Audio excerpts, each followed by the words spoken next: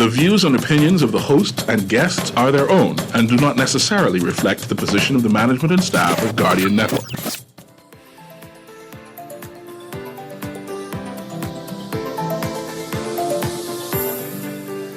Good morning and welcome to Guardian Radio AM. Today is Thursday, August 10th, and it's a little after 11 o'clock in the morning. Once again, this is C.A. Newry, and I shall be your host for today as I do a little thing differently.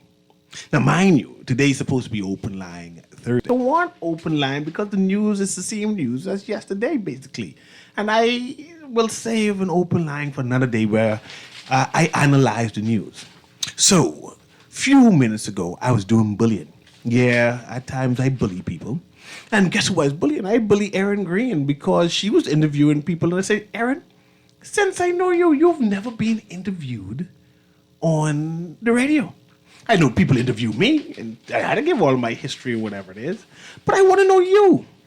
You are an advocate. You went off to school. You went abroad. But nobody knows this. Nothing is on record.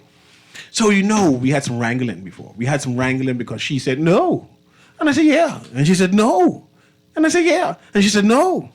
And she said, yeah. And I said, see, we can do it anyway because we own the time. And April is on the line and she beckoning me and I need to start the show. So the show can start. The show's going to start and we're going to be concentrating on airing things that most people know but did not know, right? And I wanted to add into this advocacy because she's an advocate, right? And because she's the first person who explained to me the difference between an advocate and an activist, right? But I want to get into that story on how Erin Green become Erin Green. You know, she's one of the smartest person I know. I mean, you need to see the education this woman has. And to know that she's independent and made herself independent of everything else, right? To try to live off the grid. And I want to know how she come to conclude that that's the way that she plans to live. Because, you know, she come from a life of privilege. That's a good word. And sensible people. And sensible people. And disciplined people who expect much. I mean, demanding people who expect much of her. So without further ado, I just want to welcome Erin Green and thank you very much for agreeing to do this interview because I know it's kind of challenging for you to make yourself vulnerable to say you are the other end of the mic. Yeah, you see that, eh? Yes. And I just say I have these young people in my studio talking about vulnerability, right? And the need to be vulnerable in order to grow. Yes. Right? And we'll start from there. Who is Erin Green? When I say who is Erin Green, parents, your lineage, and the school you went to. All right. So I'm Erin Green. My mother, Leela Mitchell Green from the Fort Hill. My father, Bernard Leon Green, deceased a number of years now. Grandmother, Corinne Mitchell, and grandmother, Una Hasty Prosper. And I come from the Mitchell Boyd Gay clan, Hannah Hasty Tynes clan on the paternal side. I went to QC, Queens College. Started off at Mrs. Hall preschool. Yes. On Johnson Road. There's a couple of people I remember, but I sent a shout out from preschool days, huh? Yes. But I grew up in the Anglican and the Methodist churches. Anglican, go to Anglican church every Sunday. Spent summers in the Methodist summer program from the age of 5 to 18. Became a counselor in training at 13. And then sort of left that system at 18. I remember at 16, my priest from Anglican church, Father walking in, he said, look here. I hear you be summer counseling with the Methodists. You're Anglican too, and we have programs too. And he said, you better come. And so Vacation Bible School with the Anglican Church for a couple of years, even with the government summer program, right? A counselor for that program. So a life full of volunteerism, right? Yes, and I assume that's how you lead into your activism type activity before you went there, right? you belong to a clan, Hannah Hasty clan. Yeah. Through your Father. through your father lineage, and you belong to a Fort Hill clan. Yeah. Because when you say Fort Hill, that's a culture by Yeah. itself. Yeah. Right. And I want you to tell me how you grew up on the Fort Hill, that type of content. Okay. Because you never come outside. That's right. If I you was down about the to say. road, you never come outside. Yeah, Corinne Mitchell wouldn't let us off the side porch, right? I mean, literally off the side porch, and so there's. I grew up in the. Of the Fort Hill. No, of New Providence. No, I'm going to get to the life of privilege soon, but I'm just Yeah, talking about the yeah. Fort Hill. Go ahead. Yeah, so my grandmother, Corinne Mitchell house, right opposite the police station, headquarters, right? My aunt up through the road there, right there, by Pop Simonette, junkyard shop, right? My grandmother had property all through there. But I never was able to go out and have fun and explore the inner city like my other cousins because my grandmother had a different rule for us. And my mother's children, which was, y'all can't come off the side porch, right? Our access to what was happening was very limited in that space. So you were very protected growing up. In that space. I mentioned that you have from a life of privilege. Yeah. Your parents had some change, not really real money, but change, some good money. Well, I think that they were civil servants in the initiation of the government. They were civil servants, and they were educated. And my father didn't have a degree. I don't think. My mother had a degree, and my mother went continuing education. My father as well, right? Even in his professional life as a customs officer, he invested in continuing education. Education was a major proponent, right, of my life growing up and the culture. I was raised in a culture of appreciation for education. I was raised in a culture of appreciation for common sense, having sense, and being sensible, right? And thinking, and it was important to know the right answer. And I say that like that because I realize now, 40 years later, it is not important to many people to know the right answer. Like it's not important to know that you have the right answer. And I'm struck by it, right? It's been a massive, I think, devolution in the culture of appreciation for education in this country. You alluded to something. I don't have a degree. I'm going to get to that. Yeah. I was going to ask, your parents expected things of you. Yeah. Persons who went to Queen's College expected things of you. Yeah. After you graduate from Queen's College, as one of the top students, right? Yeah. They expected things of you. You went off. Yeah. And can you say where you went off? And then what happened? You changed directions. You changed course for your self-fulfillment. And I want to know what happened there. So I went to, I think it started with UE, came back, I did COB, then went off to boarding school.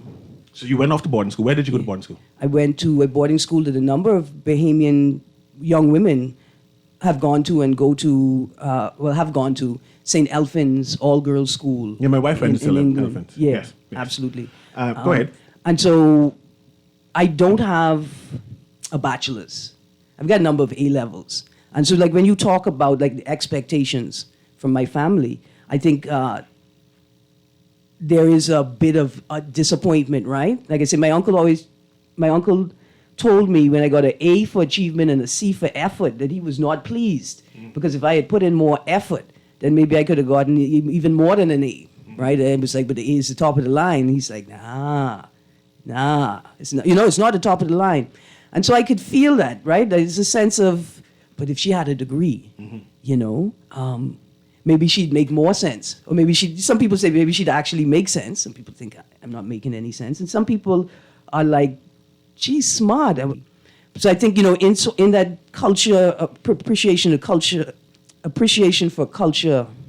appreciation for education, there is a tension, right? Yeah, she's smart, but she don't have a degree. Still.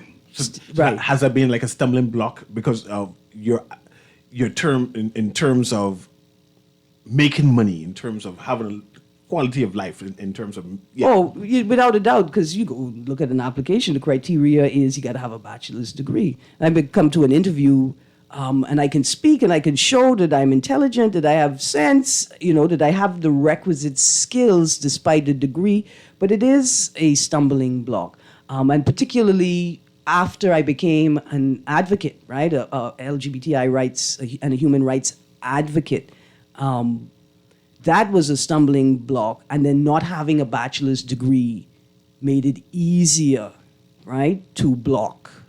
to block Yeah. block you. So let's finish this education. You went to UWI. You went to COB. You went to UWI. Yeah. You went to St. Nelfins.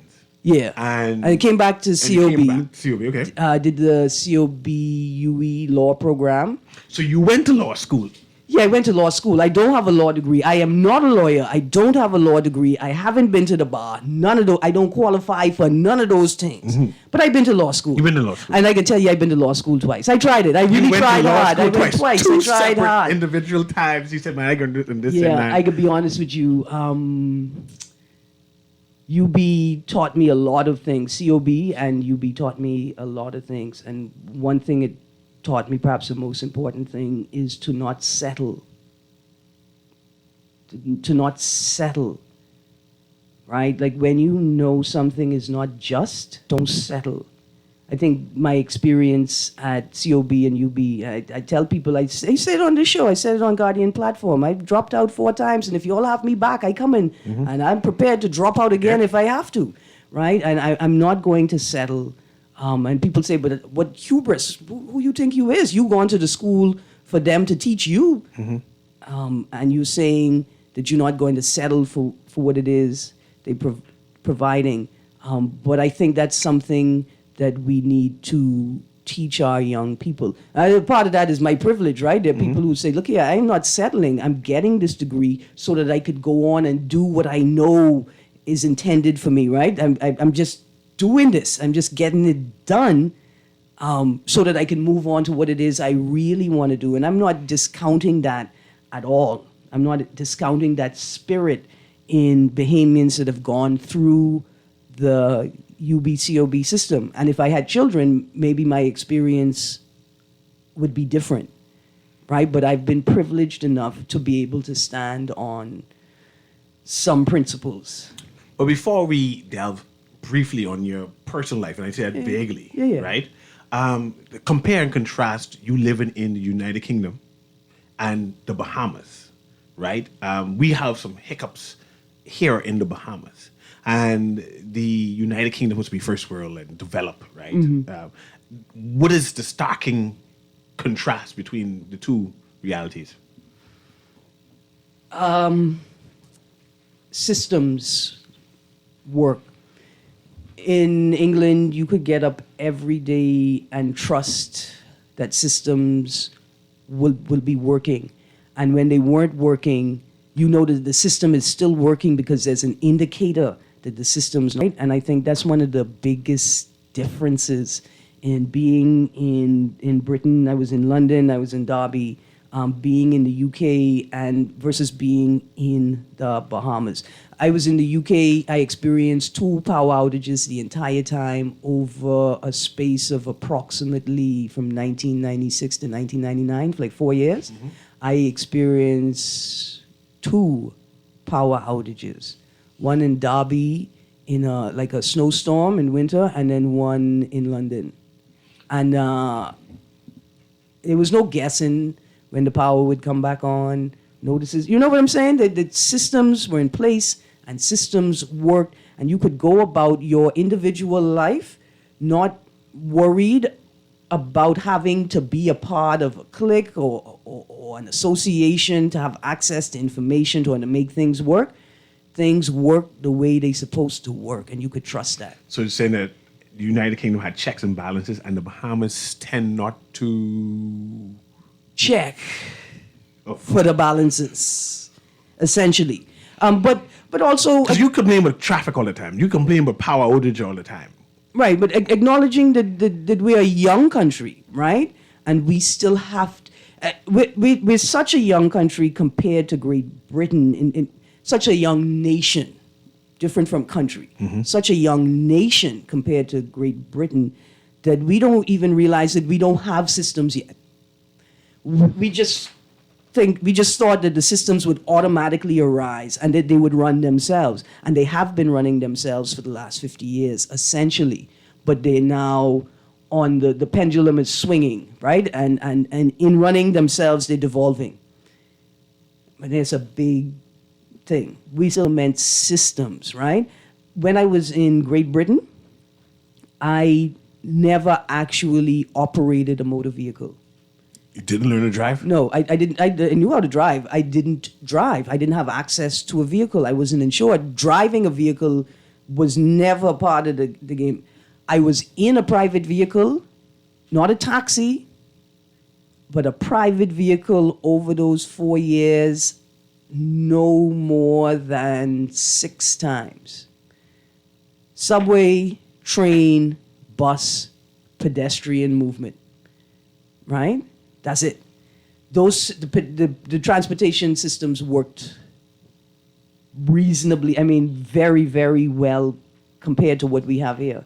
The helter-skelter that we have We don't here. have a system here.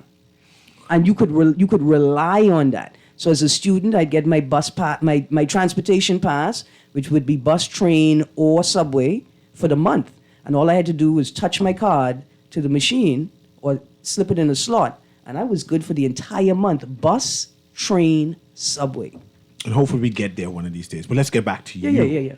And your narrative, right? And I'm going to allow you to lead this part of the conversation because it's going to be a more intimate type of conversation, right? You're about 16, 18-ish, right? Mm-hmm.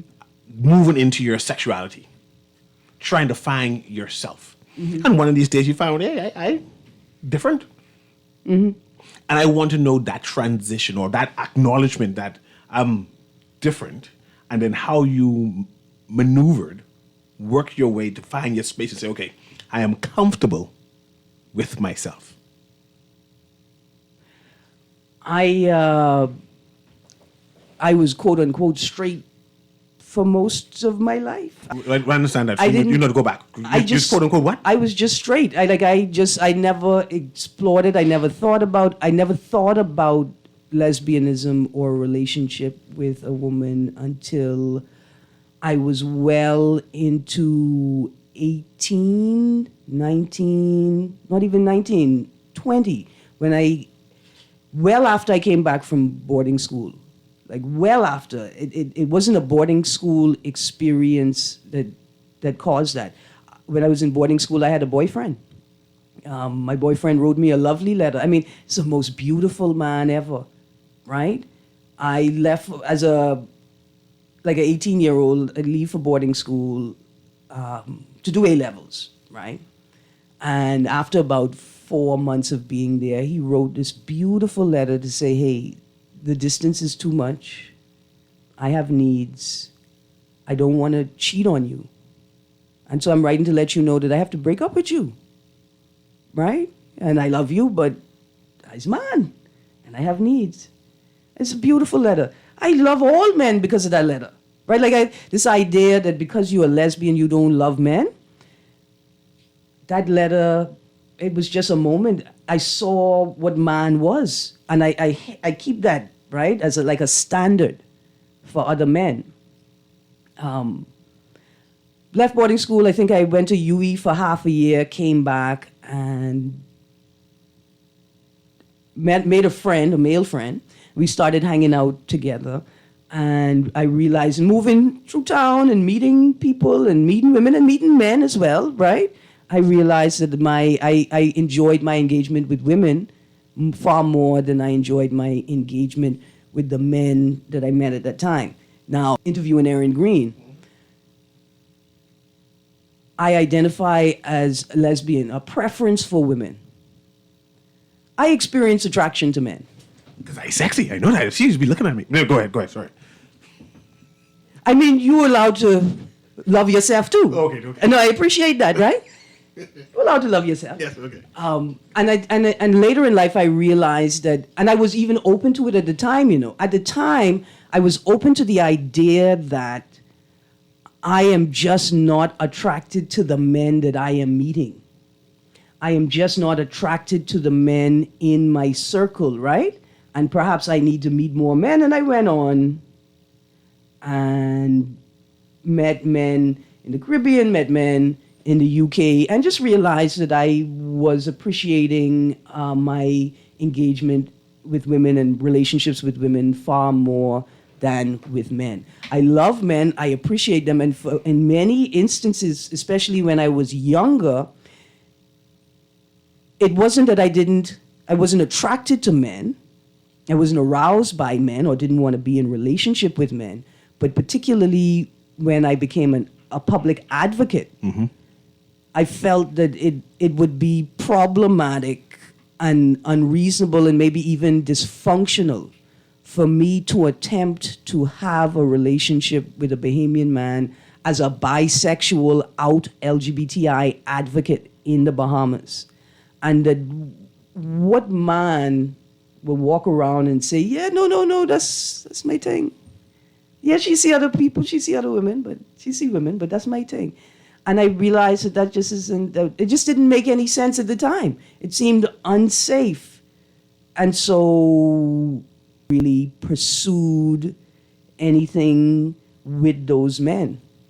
So, okay, you accepted yourself. You Yeah. accepted that you are a lesbian woman and that you're not going to pursue men. No, How- you're still but no, pursuing? now I'm You're in still a, looking? Now I'm in a relationship You're with in a someone. relationship. So yeah, yes. I ain't You settle looking. now. Yeah, This is who you are.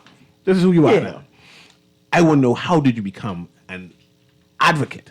Because at one point in time, you had your own advocacy group or activist group. You were active in the community on TV, doing Right. tours the Caribbean, United States, whatever it is, get invited to promote, defend, if I may use that word, a community. I want to know, how did you transition to that? So soon after dating women and engaging with women, I realized that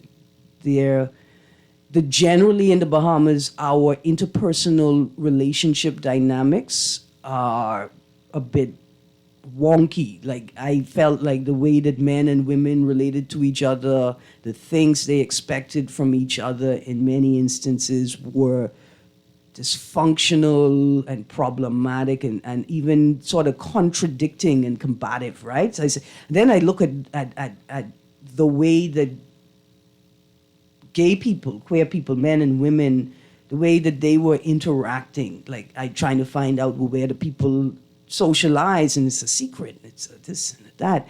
And I said to myself, it's a very clear question, like, this is not a safe space to be gay in. I want to explore that. What do you mean? You're trying to say that the Bahamas is not a safe space for queer and LGBTQ community to live openly? I go into a party. I want to say yes, but I want to tell you why.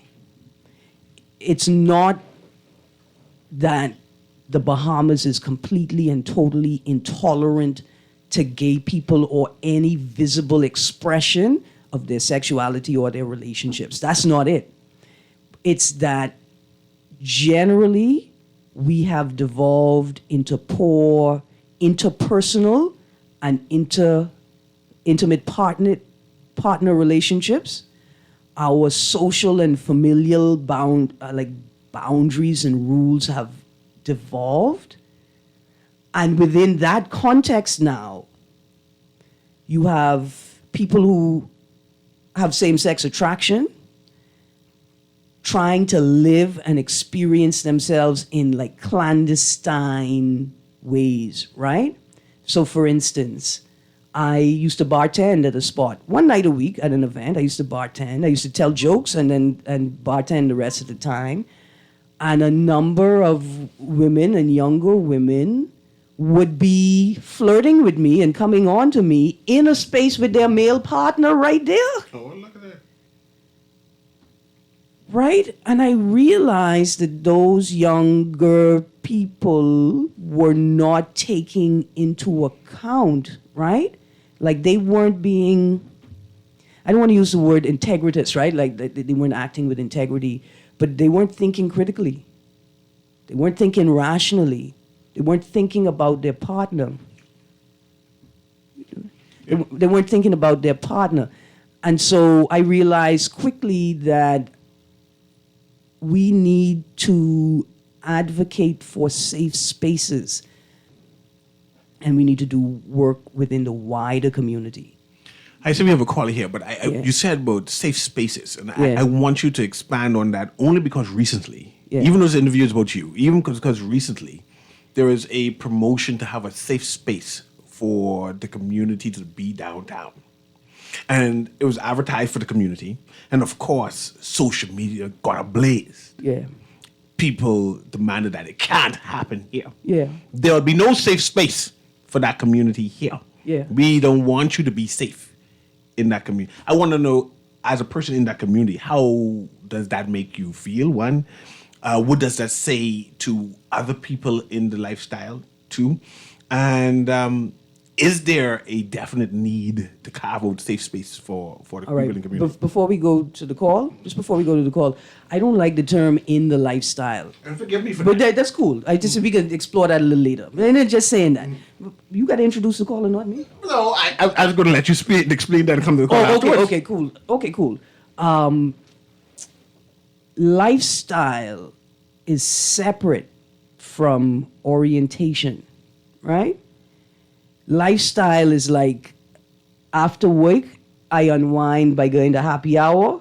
I drink a couple beers. I come home. It's Friday night football. It's Monday night football. It's Wednesday night Bible study. That's like lifestyle, right? We're talking about orientation, right? And sexual orientation is who you are naturally attracted to, right?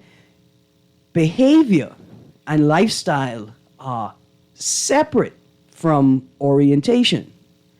I could be attracted to men and in a non-monogamous relationship, multiple people, right? But I could do that. When love, because I was when with the safe space, the need, if there's a need for the safe space. Okay, but I just wanted to get into sort Yes, of and I lifestyle understand. thing. Okay, cool.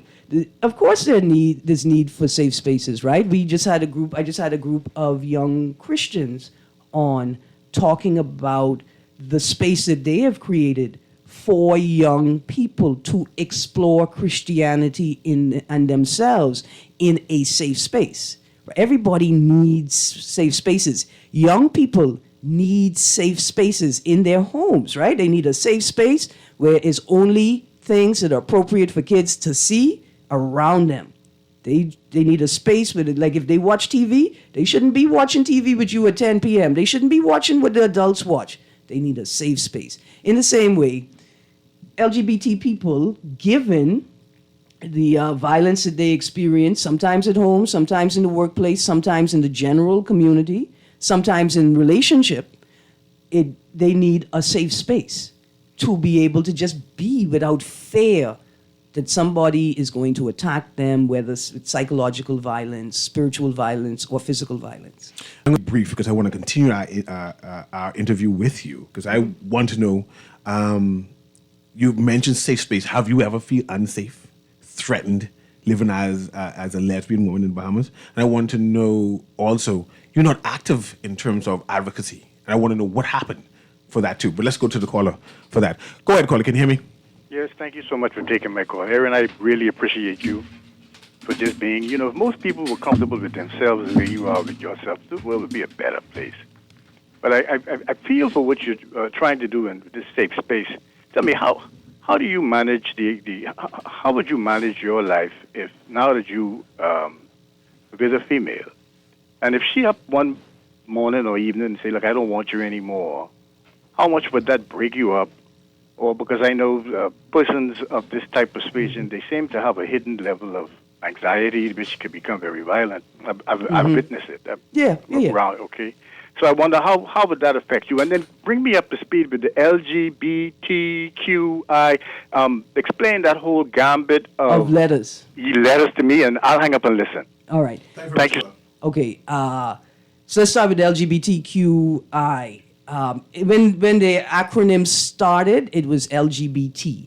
The acronym was created for the purpose of advocacy and political discourse, right? Most people don't use LGBT or Q to define themselves, right? Q can mean queer, which is a North American in the region and in the global south is still sort of uncomfortable with the word queer. It can mean questioning as well, which is like curious. But most people don't use that language at all in their everyday life. L is lesbian, B is bisexual, which means you're attracted to both men and women.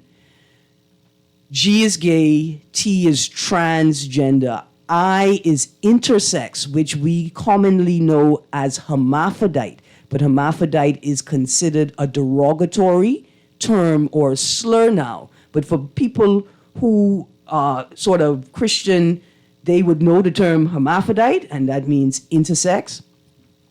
There's a P for pansexual, right? And what pansexual means is not only am I attracted to men and women, but it could be a person who says, I'm a woman in a man's body. It could be a person who said, I'm a man in a woman's body, right? I just love people. I'm attracted to people, and there's no real rules. Now, the classifications go on and on and on because people feel a need to identify themselves, right? People feel a need to say, this is who I am. And for the purpose of organizing in advocacy and political spaces, that language comes up. But most people, I am Erin, and this is my partner, and my partner is also a woman. That's it. That's the extent of the identity. I appreciate that. It's right now, it's time for going on a break. I know we'll come back on the other side to answer the rest of the questions, but then I want to pick up on how come you're not an activist anymore? What happened? And then I want to pick up on whether you felt yourself threatened or in danger for being who you are. But anyway, this Guardian Radio on the AM with C.A. Newry, of course, I'm activist Erin Green, and we'll be right back.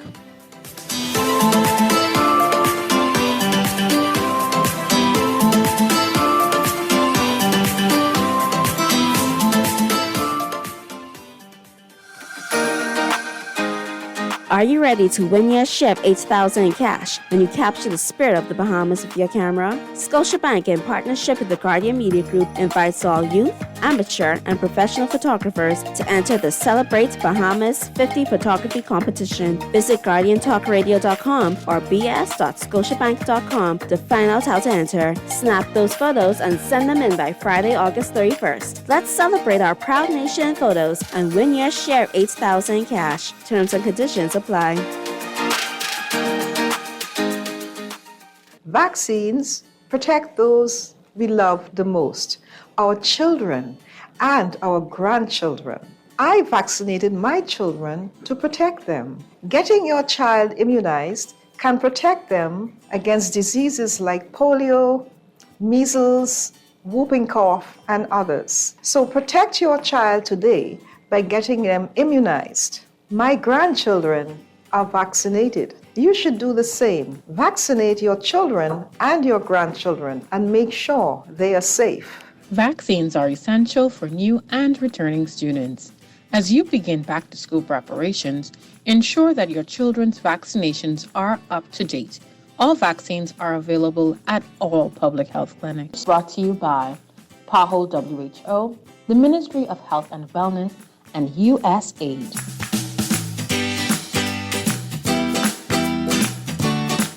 Okay, school bag, books, pencils, uniform. Oh Lord, and I gotta buy snacks too?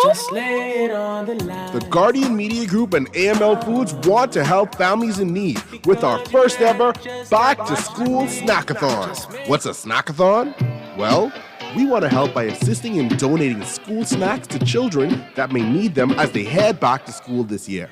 To be a part of our snackathon, all you have to do is shop at your favorite Solomon Superstore or Fresh Market. At the store, you can donate your pre-existing loyalty points, or you can donate cash directly at the register. Every single penny will go towards purchasing snacks that will be donated for distribution by the Bahamas Feeding Network and Hands for Hunger. Together, we can ensure that every child that opens their backpack this year will have a snack and a smile. Get involved, get involved. Get involved, get involved. Grab your camera, capture the spirit of the Bahamas, and win cash and prizes. Scotiabank, in partnership with the Guardian Media Group, invites all youth amateur the Celebrate Bahamas 50 photography competition, being held under the theme One Nation, One Legacy, Our Future. With more than $8,000 in cash to be won, snap those photos and send them in by August 30th. Visit GuardianTalkRadio.com or bs.scotiabank.com to find out how to enter. Let's celebrate our proud nation in photos. Terms and conditions apply. This is Guardian Radio 96.9 FM, Nassau, Bahamas.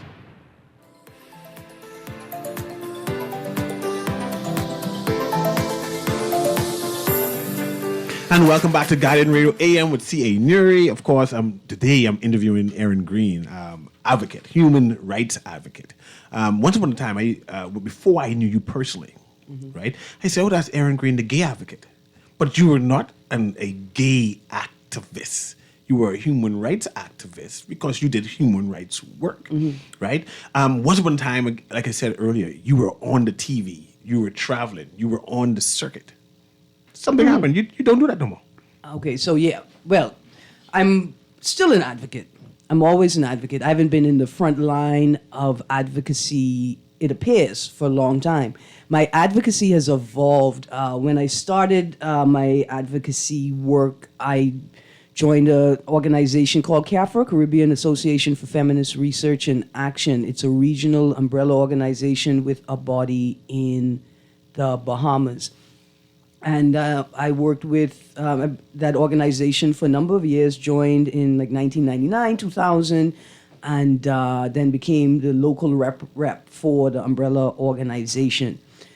And while working in that space, I joined a group that was organizing Pride events. We organized a Pride event in 2000, I think in one. We organized a Pride event in 2002. And in 2003, while we were organizing the third annual Pride weekend, the Independence church service was going on. And Bishop Sam Green got up and said, if Parliament enact same-sex marriage, I will be the next Guy Fawkes. Now, that was such a bold and frightening statement at the time. It turns out that Bishop Samuel Green was a member of the Constitutional Reform Committee that had been formed by the newly elected PLP government after they made a commitment to continue to follow up on the constitutional reform exercise of the previous administration, right? But they said they would expand it. They would open it up to the Bahamian public. They would create a booklet to offer options for reform, right? To engage a nationwide exercise of constitutional reform. It turns out that one of the things they discussed in their work as a committee were LGBT rights and rights around marriage. Now, when I say LGBT rights, here's what we mean.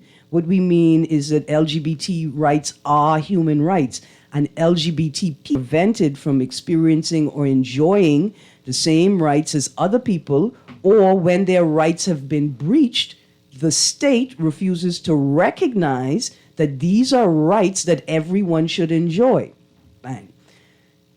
So when Bishop Green made that statement, members of the Pride Organizing Committee became and formed the Rainbow Alliance of the Bahamas, the first open advocacy, public advocacy and support group for LGBT people in the Bahamas, right? And so we didn't have a hierarchical power structure. I was a public spokesperson for the group along with two other spokespeople. And then I was a public spokesperson for RAB until it was disbanded in 2008 when I was the only member left in the organization, right? In that time, I'd also joined a regional LGBT advocacy group called Carry Flags, and I was a rep for the Bahamas for women's rights within that space. And then in 2013, I joined SASH Bahamas, Society Against STIs and HIV and AIDS. And then I left them in 2015 and continued my work as an individual advocate without a formal organization up until the present. In 2020, national reform exercise was announced by the then newly elected PLP government. And I, after speaking to a number of women's rights advocates and LGBTI rights advocates, launched a campaign to ensure that no LGBTI negative provisions were entrenched in the Bahamas Constitution. I ran that campaign by myself for 4 years, 2013 to 2016, and then post that all the way up to 2019. In the midst of that, in that time, I ran that constitutional reform campaign by myself. It was successful. The position I put forth was initially trounced upon. I was accused of hijacking the entire national affair by women's rights advocate and government actors. At the end of the day, it turns out that my position was correct. I went to the UN at the 71st CEDAW session where the Bahamas government was presenting. And the CEDAW committee asked the Minister Campbell at the time, are there protections for LGBTI people in Bahamian law? He referred to the representatives from the AG's office who indicated that yes, there are provisions for LGBTI Bahamians for protections wherever there are protections against sex-based discrimination. So the campaign was successful in that sense, but it was detrimentally problematic. In that time, I experienced a lot of death threats, a lot of marginalization. I've had individuals come to me and confess that, yes, they conspired against me. They attempted to malign my character in an attempt to, stop my thwart or disrupt my message and the campaign. In the midst of that, I had a particular experience where I was being stalked via telephone for over 3 years. It was never resolved. I wanted to do the right thing. Remember, we say my mother grew up on the Fort Hill, right? And so there's a degree of privilege there, not just economic, but social privilege. She would have grown up with Perry Christie. She knew all the people in power, and I didn't want to use her privilege to resolve my problem, especially since she didn't cause the problem. So I said, I'm going to go to my police station nearest my house, and over 3 years, I would create a call log documenting when the calls came in and what was said. Went to my police station, filed a report, go to check up on the report after several months, and to be told that they don't know what I'm talking about, there's no file here. Start the process over again, create a call log, take it back to the station, come check back after a few months to find out that there is no file here. After the third time that happened, I say, you know what, I'm going to have to move a step further. I had been requesting an audience with the then Prime Minister Hubert Ingram, got nowhere for 6 months. He left office. Perry Christie assumed Prime Minister office. Called him, got a meeting almost instantaneously. He told me, go to the Commissioner of Police's office at headquarters. He'll be waiting for you. If not, he'll be there shortly. Had a meeting with him. He told me we're going to deal with this matter. Several months later, 2 police officers showed up to my house, asked to speak to myself and my mother because the telephone is in my mother's, well, technically trying to get it into my mother's name. It was still in my father's name, even though he died about 30 years prior. Those 2 officers came to my house to tell me, and I quote, "But Telco has determined that the threat is not sufficient to warrant further investigation." Bang. I imagine my mother in her frustration. You could imagine that you are a long-standing civil servant and something as small as this can't be resolved, as opposed to pushing the matter further, hoping that the individual would call back and we could create another call log in an attempt to determine who it is. She just changed the telephone number. So I stand here today in 2023 with no idea who was stalking me, no idea why the police would not investigate, and no idea why it appears as if Patelco refused to give the police access to what they needed to investigate. I've had other similarly troubling experiences while being here. I've been attacked. I've had to pepper spray someone. I've had police officers close doors in my face. Like, you know, if I didn't step back, I'd have a broken nose. At the same time, I must make this point, I've interacted with police officers that have been tremendously empathetic and as helpful as they could be, right? And so I'm not painting a picture of the entire police force at all. Very helpful police officers. But a lot of that, and particularly the experience that I had during the referendum campaign from both people who say they're proponents of human rights, advocates, fellow advocates in the field. I took a step back from advocate to the 2018 CEDAW session.